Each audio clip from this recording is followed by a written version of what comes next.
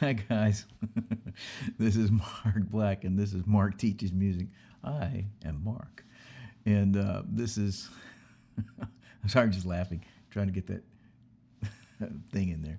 So hope it worked.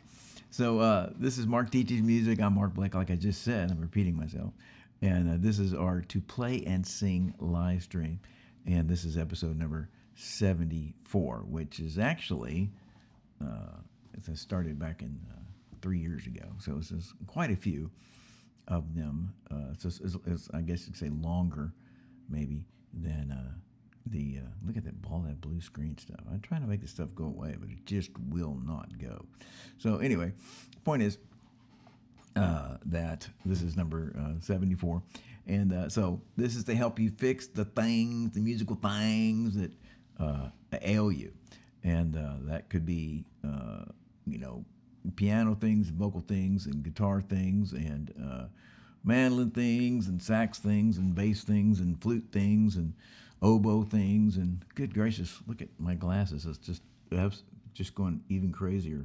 So anyway, arranging, worship, songwriting, chord theory, bands, rock bands, jazz bands, worship bands, concert bands, orchestras. I've been told it's okay for you to see my mic now, so I'm in my mic to be have my FM voice, my announcer voice is right there. So presumably that's working.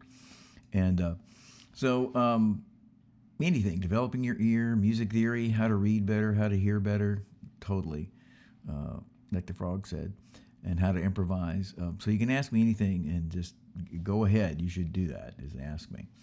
And man, I have a really loud voice in my ear, so I'm gonna turn this down here. This is just my ear, so it's just to me, so it's not too loud. So so we didn't have a session last week because we had all kind of, we're still going on. If you could see the floor, it's covered with the wires and stuff. So, but anyway, so I couldn't get technically things going. So here we are. This is 74. Last week, 73, we talked about moving past musical failures, how to do that. We talked about, and that could be laziness, which I failed as a diligence, or life got me, or I can't do this. So I had to get past that. And about learning how to play and sing at the same time, on the guitar. It's really hard to do on the trumpet, I've noticed, but the guitar, the piano, the ukulele, the mandolin, those issues, how to overcome those. And about many kinds of music and the effects of loving many styles. We talked about how to improve your comping and arranging through listening. And we talked about how you should take online lessons with me or in studio lessons here. And if you want to do that, you should contact me at Mark at Dallas Music Lessons, or go to the website Dallas Music Lessons and look that up. And I did say online lessons. So, and we talked about the strengths and weaknesses of different personalities in music, which I said a bunch, I think is so crucial. So fundamental. People arrive. It's ergonomically, like skills, like we arrive with the inability. Like if you want to play the sax, you want to play the guitar, you want to play the piano, you want to play the trumpet. You are not used to using one finger to do things. Typing, it's the closest thing. So, or when you hold the guitar, you're not used to you're pushing one finger down and the others come up. And they say, good, number one's working. And it's hard, it's an ergonomic difficulty to say, hey, I'm going to get all these fingers down. And you'll play faster. That goes on any instrument. When I first noticed it tremendously, it was on the saxophone. But I'm saying you arrive and you got this problem. And when you arrive as a person, you have things that you do well because of who you are, and you have things that you don't do so well because of who you are. And I have things I don't do well because of who I am and have to work hard on those things, and things that I can do more easily because of how I arrived at these instruments. I feel like, what is that? It's like a beam of, it's probably on my screen here. So anyway, so that's what we talked about last week. So today, and you put your question in here. You don't have to say your name. You don't have to do anything other than just, But if you ask me a question, I'll answer it. And like I said in the mail out to people, like, man, it's like a free lesson. I mean, you could turn it into a free lesson. You could just keep asking all your questions, and you'd have all the free lessons. But in lieu of that, I'm talking about what students, issues, things brought up by students in so far this week. And so, one, which is interesting, is the difference between the three ways of notating music: chord charts, tablature, and written notes. Now, just talk about that briefly. You're talking about somebody several people actually moving from either reading tab or just reading chords, and now they're either going from just reading chords to playing tab, or they're going from tab to playing notes. So they'd be typically a classical student. And just and just talking about chords, a chord chart, like a regular rock band, a worship band, it's just got words and chords. I just want to mention it requires that you have to have heard the song. If you've never heard that song, that is utterly meaningless, nothing to learn or know from that piece of paper if you don't know the song. So we say, a normal, we say quote unquote normal band, but we mean a normal pop rock, worship, country band, blues band. We all know the song. Jimmy hands out, a piece of paper that's got the chords and the words on it, and it's like, oh, okay, this is what we're going to play. This is what that sound I'm heard is, and that's great. And it's the most simplistic, not stupid, but simplistic. And again, it's assuming, man, my ears got it all. I know all those chords. I can add in riffs. I can do these things. So it's the most we know a lot of music, and it's also, like I just said, very ear-based. And then we have tab, which is interesting.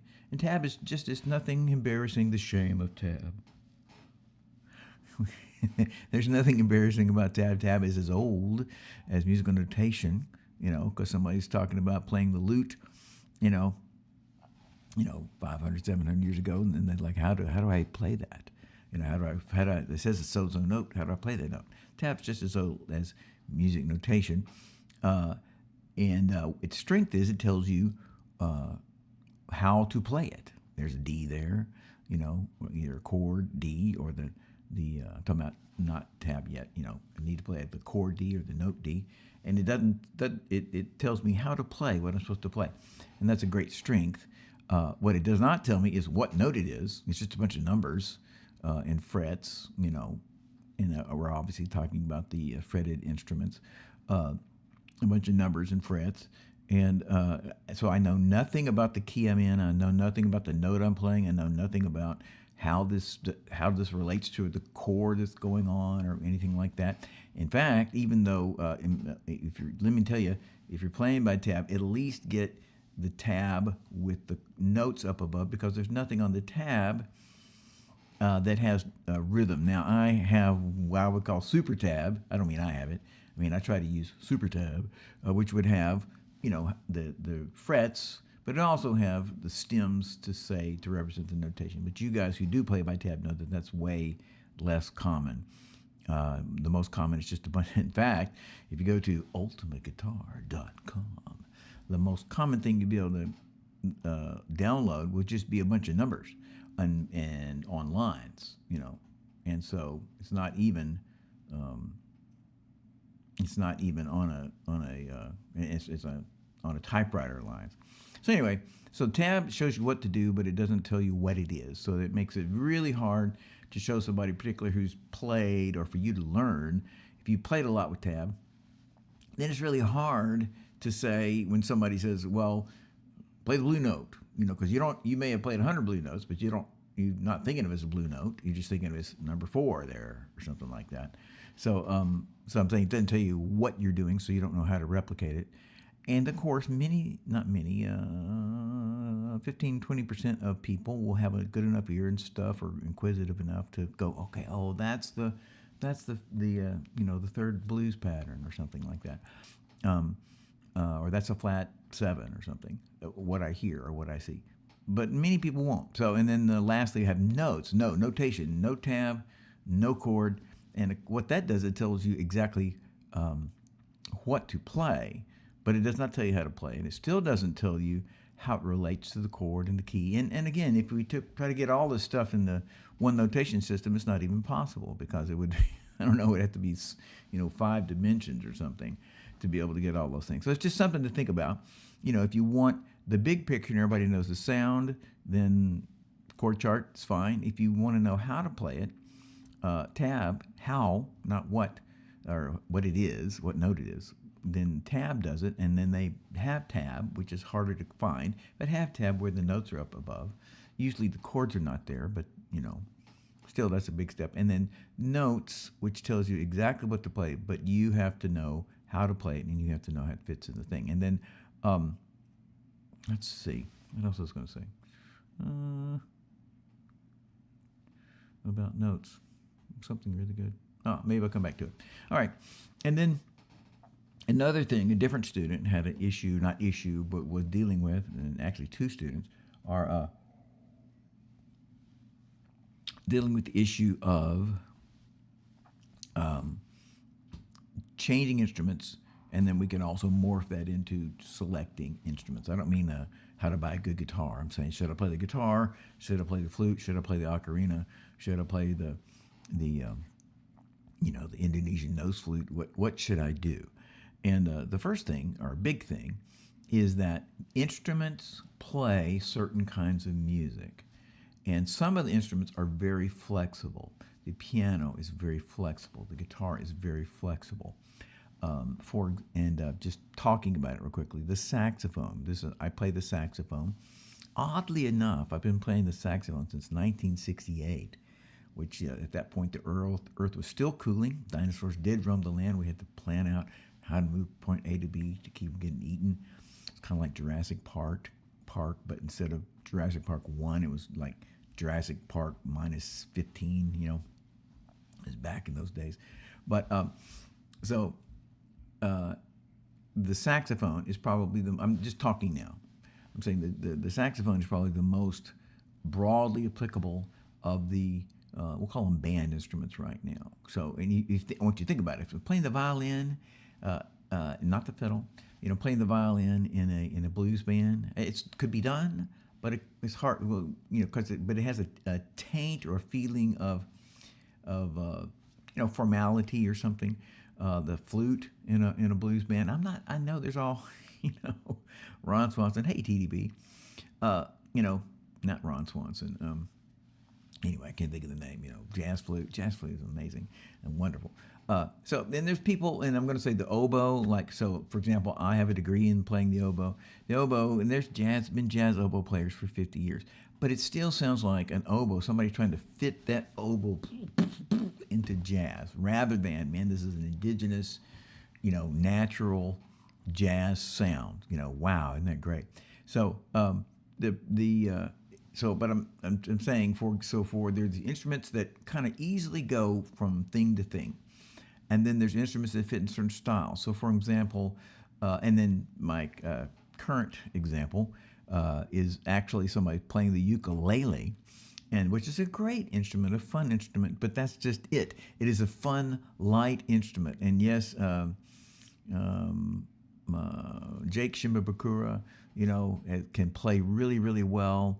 And there are many really skilled ukulele players, but and I've taught many ukulele players, and I know some, went down to the jail and there were some, I know plenty of ukulele players, and generally the idea is, hey, this is a lot of fun, or we went to Hawaii and we bought this ukulele, literally that's happened to several of my students. And so I'm just saying, it's a great instrument. I'm just commenting. The general idea is, hey, I'm just playing this thing and I don't have to practice, and that's not. And so the whole thing's kind of light and fun. But we're talking about changing instruments and picking instruments. So when you're thinking about instruments and what to play, what should you play? Should I change to this instrument, or should I add this instrument? You need to think about what it does. What kind of music does it play? Does it play music I'm just desperate to learn? Don't pick an instrument because, good gracious, look at all of that. I worked so hard to get these things out of my glasses, but they're not there. So don't pick an instrument because you're supposed to. Don't take classical guitar or classical piano because you heard that that's what you should learn, right? Get you a teacher. Get you a teacher that's going to teach you good technique that'll work in any style, any way you decide to play that instrument you love, like classical guitar, guitar, bass, piano. I'm trying to think of the classical instruments. Get you someone that'll teach you good technique, and then learn whatever you like, the music you like, and that includes classical music. So classical, as a this is good for me to play this, is the classical technique, the good technique that works in all things. Classical as a music style is about intellectualism. It's a good thing. This music makes me think. Jazz, a lot of jazz is really light. A lot of classical is really light. You play, going to the doctor's office, you're playing classical music. That's not exactly challenging you intellectually, the kind that they play. And I could talk about eras and all great, medieval, Renaissance, and Baroque, and classical, which is a time period, classical and romantic, impressionist, and contemporary. The epochs of music, of classical music. But there is jazz music that's kind of light. It's light. It's elevator music, and there's jazz that's just light and elevator music. But generally, classical is about being intellectually stimulated. A lot of jazz is about being intellectually stimulated. A lot. Some of rock is. Think of prog rock and Yes and groups like that. And it's like Kansas. And comparatively speaking. So anyway, point is, pick an instrument that does that. And just kind of a survey, let me just think real quick in the orchestral instruments. Orchestral now, I'm talking about violin, viola, cello, double bass, French horn. These are instruments that pretty much have to do classical, fiddle, a way to play. Yes, there's Sepultura. I know it's not Sepultura. I can't think of the name of it. There's the four cellists that play Metallica, and there's progressive strings, which I love. Plugging in your violin to a phase shifter and distortion, and that's really, really great. But I'm just saying, just bang out of the box. You open the case up, and there's a banjo in there, and praise God for Bella Fleck, but it's going to be a little unusual. It can be made to work, and again, master musician Bella Fleck, but in general, it's going to be hard to fit that into your praise and worship service. It's going to be hard to fit that into your classical concert. You don't have to send me a video of Bella Fleck playing with the so-and-so Philharmonic. That's okay. I know that happens, but just, So anyway, choose an instrument that plays a lot of the music you love. And if you're going to add an instrument that plays a lot of the music you love, or the music you're headed for, that you want to love. Okay, now, look at that. Oh, yeah, and so for kids, just by the way, if a kid's starting an instrument, I'm saying younger than 8, voice, piano, and drums are about the best instruments for them. And the other instruments are kind of hard because their hands are small and they have a lot of concepts that aren't in their head, like they have individual fingers. That's not a concept that a 2-year-old has, usually. So anyway, there you go. Okay, now, another student.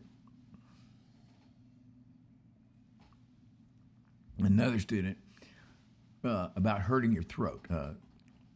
I am not the doctor, but I play one. I never play one. No, this is not medical advice. But I'm telling you that you're singers, obviously for singers here. So when you learn a difficult technique, and I'm not talking about like yodeling or something, I guess it could be, but a difficult technique, or you suddenly start practicing a lot. You go from 20 minutes 3 times a week to 45 minutes a day or an hour a day, which is what you should be doing.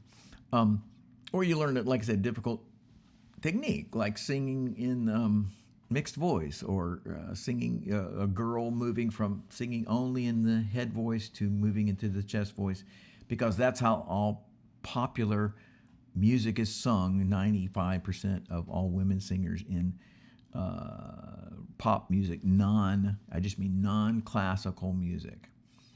You know, now, all my references are old. I know, but Pink and not Mariah Carey, but yes, Mariah Carey. But Taylor Swift and Katy Perry, and I can see all the people, Beyonce, whatever. I know these are old, but they're mostly singing in their chest voice. So anyway, you move from you never sing in your head voice, you start singing in the chest voice. These things that stress the voice. If your voice is a little bit scratchy the next day, then that's okay, and to be expected. You're learning a difficult technique you started practicing a lot. If your voice is getting more scratchy, and what I'm saying is, if it's not stressing your throat much, that'll go away like by the next second day. It's like the body, it's a little bit of a push, and so. But if it continues to get scratchier, or it starts hurting, you need to back down. And if it's hurting, you want to back way down. It shouldn't happen, But especially there are few strenuous, aggressive techniques that stress the voice, and then practice switching how much you practice. Suddenly adding a lot of practice. So I'm just saying, be careful about that. Not fearful about that. Just be careful. Wise is the point. And if it's scratchy more than a day, just back down a little bit. Don't quite as long, quite as high, quite as hard, depending on what you're doing. And the same thing for practicing. A little small stress would be just a little scratchy the next day. A little too much stress would be several days of that. And so you'd back down a little bit, and as your body gets used to it, you pull back up. Okay, and here's the time for my shameless plug. And it is, you should take online lessons with me, or in studio lessons. And if you want to, you should go to, or want more information, you go to email me at mark@dallasmusiclessons, or go to dallasmusiclessons.com and check it out. I need some kind of little theme song to play right there, but I don't have anything. Okay, now, another student. Okay, and they seem to be unacquainted with this concept, and some of you guys will have just heard this a million times, and some of this, it's like new stuff. There's nothing in my glasses there. I'll have to, you know what this is? This is my script that I'm looking at that's got my little things I'm supposed to say. See, that went away. Nope, just a new thing there. Let's put that over there. How about that? That's not much better. Anyway, but when you practice, I'm talking about including the voice. It's most easy to see in an instrument with your fingers, but it's also the voice. Is that what we're actually doing technically, or physically, or physiologically, or ergonomically, is we are developing muscle memory. Our fingers couldn't do something, and now they're beginning to do it, and it's a new thing. And the fingers aren't disciplined to do it. I'm talking about you're having problems with X, Y, and Z. So the fingers are going like, what? And you are saying, no, you have to do this. So the point here is, if you notice that you're having a problem with something, and I'm not talking about, well, let's say it this way. There's two kinds of errors when you're working on a song. So one is an error of attention. I would just let my mind wander. I wasn't paying attention to the thing, and I got to this place, and I was supposed to play a C7, and I played a C. Or it's supposed to be a C7, and I played C sharp, And it's just pay attention, foo. And that's the answer, And so music is about, the other kind is like, I can't play this section, or I can't play these two measures, or I can't play this lick, or I can't reliably, just stick in a vocal thing, I can't reliably keep my throat open and rounded for a beautiful, full, aggressive sound, as I go higher. These are things that happen.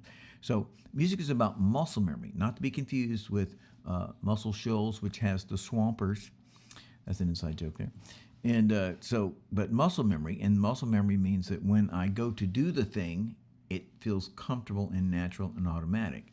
And many new things and complicated things in music do not There is no muscle memory there. So we're practicing, including the voice, but our instruments to develop muscle memory that is not there. No, it's not comfortable going in this, 30-second note thing. It's all confused, and you're having to kind of ramrod it with your brain. Don't do that, fool. Talking to your fingers.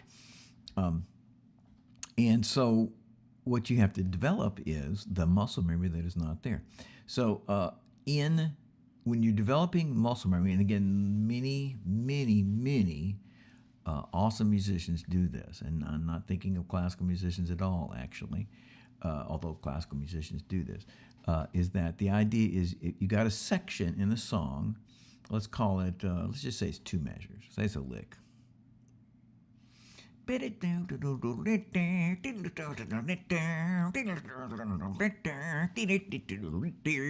just say, let's say it's a rock lick instead of a classical thing or a jazz thing or whatever. So you need to play that. Your standard for yourself is I have to play this lick 7 times in a row perfectly before I can consider it mastered. Now, that may seem excessive, and the reason it is not is because, think about it, if you play something, you're hitting or working on something, you play it, it's messed up, and you slow it down, it's messed up. And so you're playing it cumulatively in a setting, you play it 20 times wrong, let errors getting less and less and less and less wrong, and you play it right finally, and maybe play it again finally. So you're playing it 25 times, and 23 of them had errors, and 2 are right. So what you got now is a 4% chance that you'll play it right.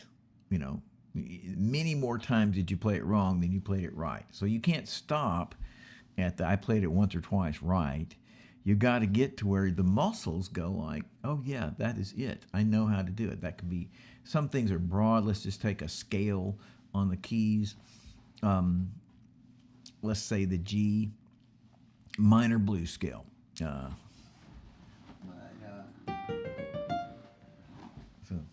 It's kind of hard to get to, but anyway, let's say you're trying to get that. So I'm saying, so some of those are broad things. Let's say a pattern, and it's like, yes, I got to play that pattern. It could be slower, but if I'm going to use that pattern reliably, I'm going to have to play that pattern. I'm going to have to work until I play it 7 times in a row accurately. Something that's broad like that, like scale or a scale pattern or something like that, or an exercise. Same thing, needs to be perfect, but the idea is I'm going to take that skill and apply it to many things. In this example here of our 2 measures that we're having problems with, what we're doing by saying 1 time perfect, 2 times perfect, 3 times perfect, 4 times perfect, 5 times perfect, like that, 7 times perfect, I'm saying I'm replacing the number of erroneous, look at it this way, replacing the number of erroneous performances with a larger and larger and larger, ever larger percentage of correct performances, and that means my hands would go to it automatically. I have a good chance now of doing it right because I've done it many times right. So, and that is not a waste of time, and it is not meticulous, because it's an amazing investment. You're investing time, and I don't mean you're spending your life, oh my gosh, I could be playing, what's the game that all the kids play? No, I'm kidding. Playing, Minecraft, or I'm playing Call of Duty or whatever, number 722, Call of Duty 3000. But rather what I'm saying is, and you spend the time on that, you're making everything that uses that scale or a lick like that, you're making every single one of those better and permanently better because you built it into your memory. It's not about your muscle memory. Not muscle shells, your muscle memory. So that means that it's not as much a matter of you remembering to do this or to add this note or fingers this way or, support from the diaphragm or whatever. And that's, take the voice, if you learn to support from the diaphragm, you're working on it, then you'll be doing that automatically. So anyway, make that your standard on errors, how to fix them. And I'm mostly thinking about either patterns or scales, but also probably more for this student and for most applications would be, here's a part in the song I can't do. It could be the entire song, but mostly I'm thinking about, 2 notes, 2 beats worth, up to 8 measures worth, And then it can be longer than that. Don't misunderstand. I'm saying you may have to do that. But 7 times in a row, perfect. If you do it 6 times in a row and you mess it up, you got to start over at 1. If you do that, when you say you've learned something, it will really be in your mechanism, in your body. Okay, so and then the last thing I think for today is to say that on all performances, when you're performing, what you need to set yourself up for, what you need to do, is you need to, when you perform, this is a way to think of it, is you need to play or sing in the upper third of your ability, but also at the same time successfully. In other words, you're saying, I want to be pushing myself at the upper part of what I can do, but on things that I can do well. And that's going to make the audience happy. Listen to that guy. He's going for it. I don't know what he's doing. He's singing high. He's playing fast. He's playing these cool chords. He's, whatever. And he nailed it, And that could mean simplifying your song, taking out licks. That could be changing the key, slowing the time down. If it was a set, taking some songs out of the set, all these things. Now you got a great performance and a happy audience, because what the audience doesn't either pay money, or in the church or your school or your whatever, they're not like, hey, I want to hear Billy go for it and really screw that up. Yeah, well, you could have that, I guess, if you have enemies in your audience. But normally, the audience wants you to succeed because they want to have a good time. They want to enjoy your music. So anyway, point here is, so it's in the top part of what you can do, but is successfully, you're doing it, you're planning on it being successful. So you may back down the scale of raw to get to like, okay, I'm really going for it, but I know I can do this. Now, that is what you should plan on doing. But what most people do when they do that, this is what you should do, what I said, you should do that.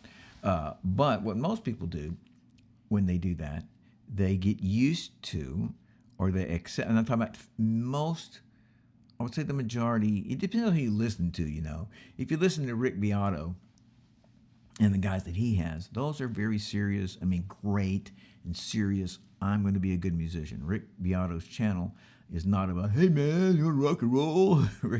Rick Beato's channel is all, not the top most famous musicians, but the top actual, I can perform, I understand music, I care about music, I will invest 20 years of my life just working out this thing. So if you're talking about those people, they're not in this category.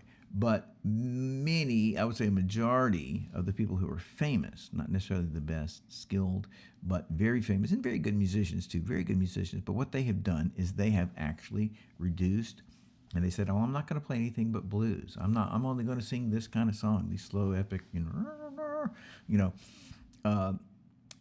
they have, in essence, have simplified what they're trying to do, like I just telling you to do, and never come back up from it. And that's a temptation for everybody. You simplify things and get used to playing things slow, and used to not playing that hard lick, and not used to not using that chord, and used to not doing that style. And I'm telling you to don't do it. So what we would do is, here comes the performance, and I'm going, learning, I'm growing, becoming better and better. And here comes the performance, and I'm going to do this down, but I just mean, is everything, really reliable? Can I really do this? Can I really do that? And so you may take a step down to make that performance amazing. As soon as it's over, so you were going, and you step back, so it'll be an excellent performance. As soon as it's over, you jump right back into, you got to learn some more. And you have a performance, and you step back, so it's going to be good. And you have the performance, and you say, and you go some more. So that's what I'm telling you to do. When you perform, make sure it's a great performance. That's what your audience wants to hear. You need this for your mama. And then, as soon as it's over, you get back in the woodshed, in the brain shed, in the ear shed, trying to make all those things work great for you, and grow some more. It's quite a challenge because it's nice to be successful, So let's see here. Let me see. Pull this thing up here. Look at that. All right. So to recap, so what I talked about is the difference between chord charts and notation and notes. I talked about switching and choosing instruments that kids would do well on, but mostly about teen to adult. You know, if you're going to choose an instrument, not the brand of instrument, but the type of instrument. I'm gonna start playing the flute. I'm gonna I'm getting ready to go to an instrument. What should I pick? And then about hurting your throat, taking care of your throat, how to know when you're practicing too much. I talked about music being muscle memory, repeating things, any problem area, not because you're not paying attention, but a problem area, you're going to repeat it 7 times perfectly. Yes.